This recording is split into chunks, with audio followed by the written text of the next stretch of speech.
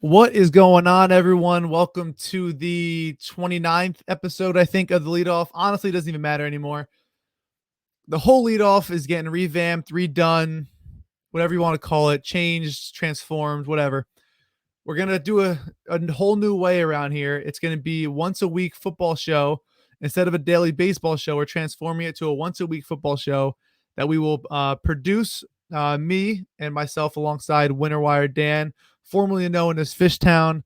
Probably a lot of other names, but we didn't really get that far. So he's going to be producing behind the scenes. He'll be doing some stuff for me. He may pop in on some future episodes, but instead of me going live at 9 in the morning every day, now it's going to be pre-recorded and a football talk show, football preview, football recap, football everything, just so you guys can do a little one-stop shop to get all your football information and some cool little bits in the meantime. With that being said, I just got back from Maine. Um, Awesome trip, to be honest. Got a lot of stuff done, got a lot of relaxing done. Probably gonna go on another trip very soon. I got this beer that I figured I would just pop on the show. Barstool Pizza review. We're gonna do a WinnerWire Matt beer review. That's really good. I'm not gonna tell you what it is because you're gonna judge me, but it's beer. And it tastes like pretty fruity, so you can't go wrong. But we got two things. We got the beers, the boys. I'm trying to think of a third one. We'll go with the pigskins and maybe say big skins. I don't know. We'll figure it out as we go. Maybe the week 2 episode will have a different name for it, but might have a different beer to try. You guys can comment. Let me know what beer you guys want me to try. Whether it's Taylor Heineke or whatever you guys want me to do. I really don't care. Could be a Bud Light. I don't judge. Beer's beer. But that is going to be the first bit that we're going to do. Barstool's got their pizza thing. We'll do the beer thing. A bunch of other things we'll do. But let's dive into the rapid recap. Now, this is going to be just a little bit where give you a recap of every game, some two little punchlines, just the important things you need to know about the game, how things went. Try to make it a little fun, but try to go through them as quick as possible. So we have the first game, the Cowboys traveling to Tampa Bay to face the defending champions. Dak put the team on his back. Prescott, Dak attacked, tried everything he could, but fell short by 2 points. Gave the GOAT way too much time. Kind of what happens when you face the GOAT. You don't want to give him too much time. If Eli Manning can get it done in 2 minutes, Tom Brady can get it done in a minute 30, no problem. So the Cowboys should have known better. It is what it is. You live and you learn. Going on to game number 2, the Eagles and the Falcons. Honestly, WinnerWire Dan, a.k.a. Fishtown, formerly known as Fishtown, whatever, is a huge Eagles fan. Told me to watch out for this game. I did not listen. I didn't bet the game, but I really thought the Falcons were going to work the Eagles. Quite the opposite to my surprise. I guess not to WinnerWire Dan's, but the Eagles absolutely stuck it to the Falcons. You want to right when you want to stick another fork in Howie Roseman. His new look offense shreds the Falcons. Sirianni may be legit, may not be, but week 1 looked good. Jalen Hurts had 260 passing yards, 62 rushing yards, 3 touchdowns, and Matt Ryan looked like maybe it wasn't Julio Jones that couldn't find the end zone. Maybe it's just Matt Ryan. But Atlanta, passed on Justin Fields, but got Pitts. But that's really all that happens. That's the best you could do for the Falcons after week 1. Going on to the Jaguars at the Texans. Trevor Lawrence, the most hyped up quarterback since Jamarcus Russell, absolutely shits the bed.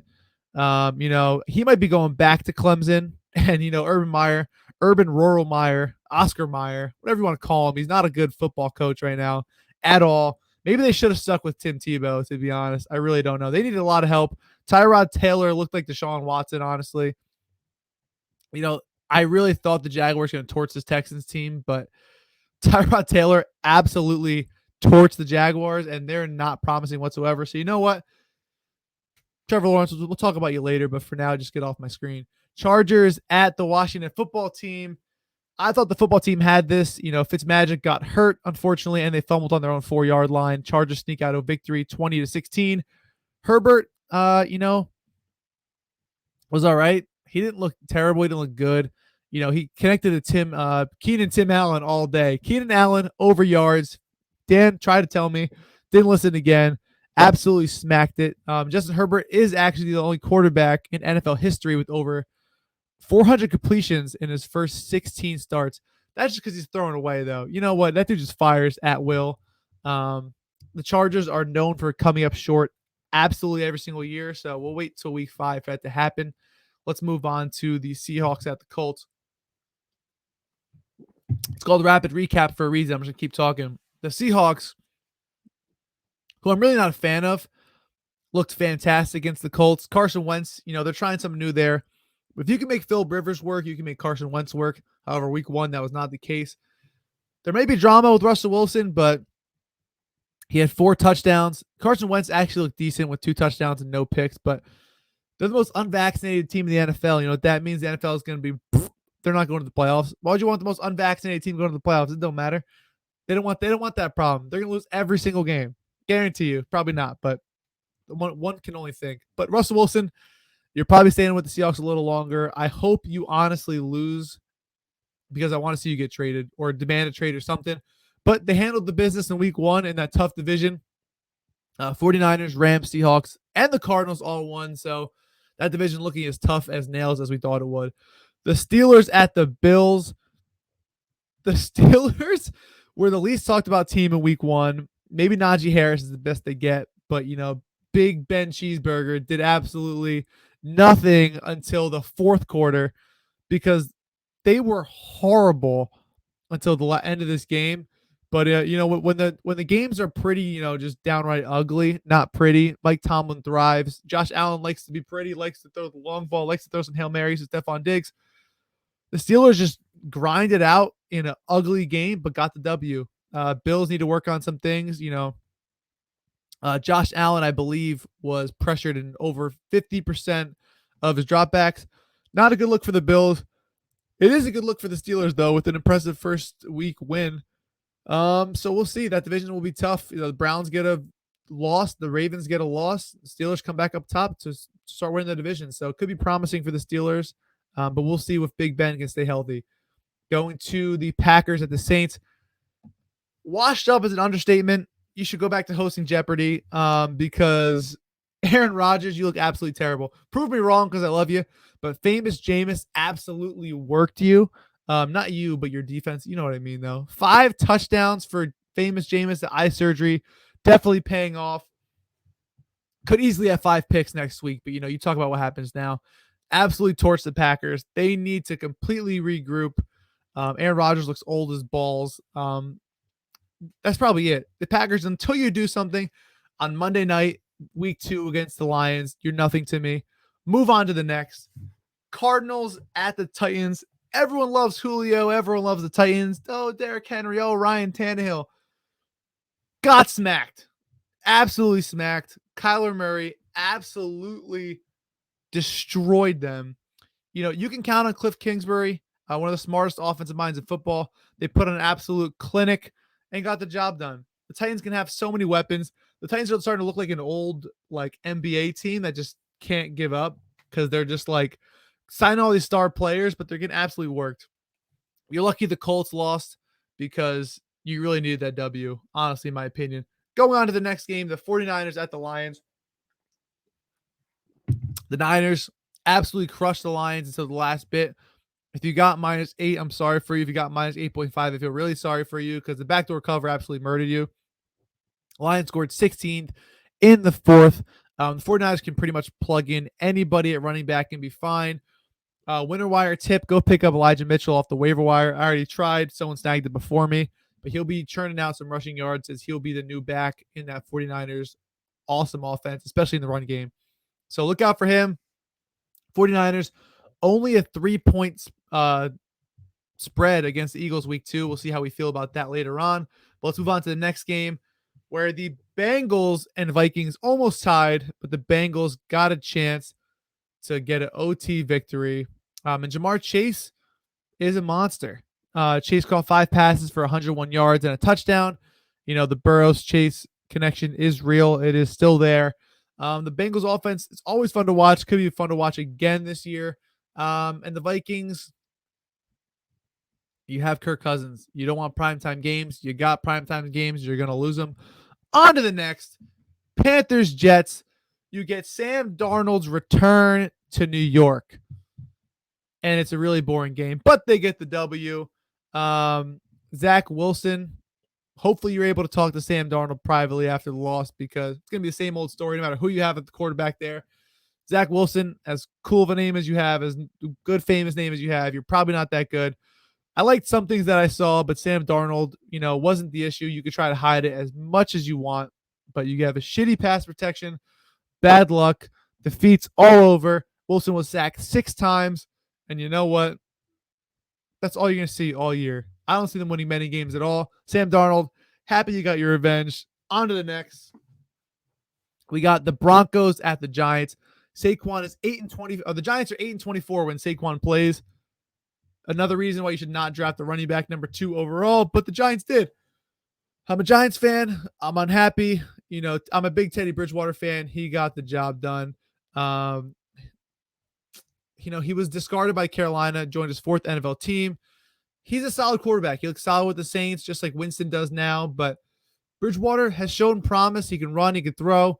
The Giants' stingy defense didn't look that stingy. Broncos were in control pretty much all of that game. Got the job done. The Broncos defense looks absolutely legit. And Danny Dimes' favorite dessert must still be apple turnover, because he's an absolute turnover machine, and he really just sucks, honestly. I'm tired of it. Giants fan, I hope you prove me wrong, Daniel, but for now, you're just Eli's little brother. Going on to the next. Dolphins at the Patriots. Bill Belichick, you're still crying over Tom Brady leaving. Your team sucks. Boom, roasted, whatever you want to say. Dolphins, you snuck out a victory. Ex-New England cornerback Eric Rowe ripped the ball from Damian Harris at the Miami 9-yard line and win the game, honestly. The Patriots were driving, couldn't do it. Absolutely got destroyed right there. Both defense looked pretty good, but Mac Jones looked a little sharp. So, Mac and Cheese, you did all right. You did all right, buddy. But you did not get the W. The Dolphins and the Bills will probably beat you out in that division, but who knows? That division is still up for grabs, besides the Bills, I think, in my opinion. But the Patriots are just boring. They're just absolutely boring. Whether it's Tom or Mac Jones, I really don't care. They just play boring football. I don't want to talk about it anymore. Chiefs and the Browns. The Browns should have got the W. Odell didn't even play, but the Browns should have won that game. But, Patty Mahomes, he gets it done. He gets it done. What can you say? The Chiefs dropped 23 points in the second half. That's just what he does. Best player in football chucks a bomb to Tyreek Hill across his body for a touchdown. Tyreek Hill gives you a peace sign. And, Patty Mahomes has one shoulder pad out. Game over. That look happens 16 times a year. They win 16 times a year. That's it. Same old story. They're going to be nasty. The offensive line is definitely a problem, but they're still absolutely disgusting. Moving on to the Bears at the Rams. Matt Stafford's debut, who's 20 for 26, 321 yards, 3 touchdowns. Dalton goes 27 for 38, 206 yards and a pick, whereas Fields goes 2 for 2 with 10 yards and a rush, with the 10-yard rushing touchdown. So, Andy Dalton, why are you playing? Literally, why are you playing? You're ugly. You're old. Get out. Retire. Justin Fields is it. Take it or leave it. Like, you drafted this guy. Why are you starting Andy Dalton? Do the whole Josh McCown, Sam Darnold thing where you just have him talking to him behind the sidelines. Why are you starting him? Why? The Bears, you suck as of right now. You're wasting Khalil Mack's talent. But until you start Fields, you're not a threat. So, moving on to the next. The Ravens at the Raiders. Vegas always wins. What can I say? Vegas always wins. Darren Waller is legit. Derek Carr looks like a serial killer. Absolutely murdered the Ravens in that fourth quarter. Lamar Jackson fumbled twice, and Lamar Jackson fumbled in OT to set up the game-winning touchdown. So Raiders might have got a little lucky, or the defense is just that nasty where Lamar Jackson fumbled. But Vegas always wins. What can I say? The Ravens I still think are legit. I told you guys the Raiders are probably going to make the playoffs at plus 400 earlier a couple weeks ago. Those odds probably dropped. But that does it for our rapid recap. Just over 10 minutes, I want to say. Hopefully get through it faster next time. But we're going to move on to our week 1 biggest loser. We thought I was going to do Lamar Jackson for fumbling until we talked me and Fish, we talked. We were like, you know what? It's really not fair. He played well. Didn't really do anything stupid. So you know what? You know who gets the biggest loser award? Trevor Lawrence. The most hyped up number one overall pick since Jamarcus Russell, and he gets smacked by the Texans. They were down 27-7. He got garbage time TDs. Did not live up to the hype. I'm gonna do this every week for the biggest loser, Trevor Lawrence. Everyone's investing in your cards. Everyone looks up to you. You completely shit the bed. Blame your Oscar Mayer, Wiener, Urban Meyer coach, whatever you want to call it. You got to be better. You got to be better. I don't care who you are. You have good weapons. They got you wide receivers. They got you running backs. You literally have Carlos Hyde and James Robinson. What couldn't you do? The Texans, all we know about the Texans is that Tyrod Taylor is their quarterback. They're in Texas, and Deshaun Watson is a horrible human being. That's it, and they absolutely destroyed you. I don't care if you won one game last year. You threw 3 picks in the first week. You know how many picks the Texans had last year? 3. They already tied the amount of interceptions that defense had last year in the first week. You are the biggest loser. I'm going to make a trophy or something. I wanted to say Dick of the Week. We're going to change it. Biggest loser. I might change it. We'll figure it out. We'll have you guys vote. But, you know, the week 1 biggest loser is Trevor Lawrence. Hopefully you're not there week 2, because if you are, I'm done with you. On the flip side of the biggest loser, we have the red hot number 1, Frank's, or Big Frank, whoever you are. If you want to sponsor us, I will call this the Frank's red hot number 1 right now. But until you sponsor us, there's no name right there. You get this little shout out now, but after that, you're done. The red hot number 1 team right now. This beer is phenomenal. The red hot number 1 right now is the LA Rams. I almost said St. Louis Rams when we were prepping for this, but Matt Stafford delivered in his debut. McVay looked legit. The first ever red hot number 1 goes to the LA Rams. They're still probably plus 1,400 to win the Super Bowl. I think that's a snag. I think that's legit. I think they can do it. This team is just great defense, system offense, where you have Jared Goff go to the Super Bowl 2 years ago. You can make Matt Stafford work. Matty Stafford, one of the most underappreciated quarterbacks in the league. He's a monster. Stud. The world's going to know it. McVay knows it. Jared Goff is literally crying in Detroit as we speak, because he's done. The LA Rams look like the red hot number 1. We're going to have more numbers as the weeks go on, but think of the red hot number 1 as like my power rankings.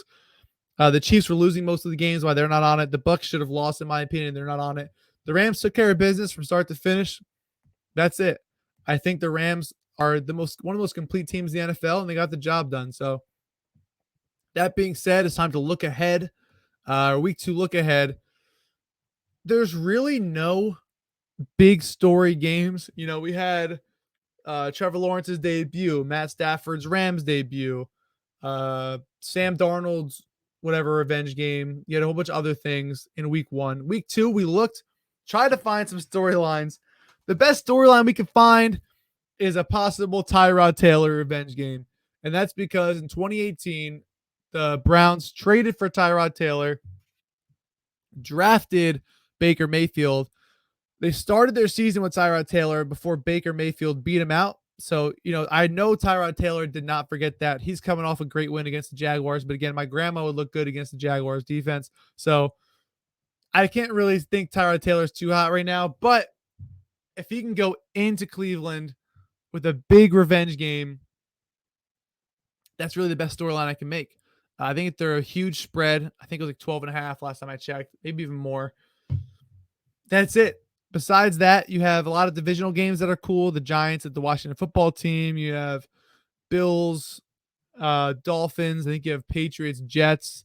Some cool little divisional games. Besides that, nothing. Do better, NFL. The Monday night game is the Lions, the Packers, for God's sakes. And the Packers scored 3 points last week. So, I mean, what are we looking forward to? I'll tell you what we're looking forward to. It's the game of the week. And that is the Chiefs. Oh my God. I hope not the Chiefs. The Chiefs at the Ravens.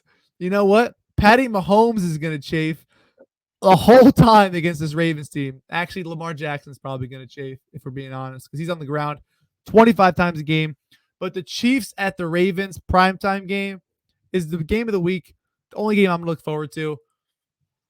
I'm not going to really give a play on this game, as I will probably later on, but as of now, this is gonna be a great team to watch. Game to watch.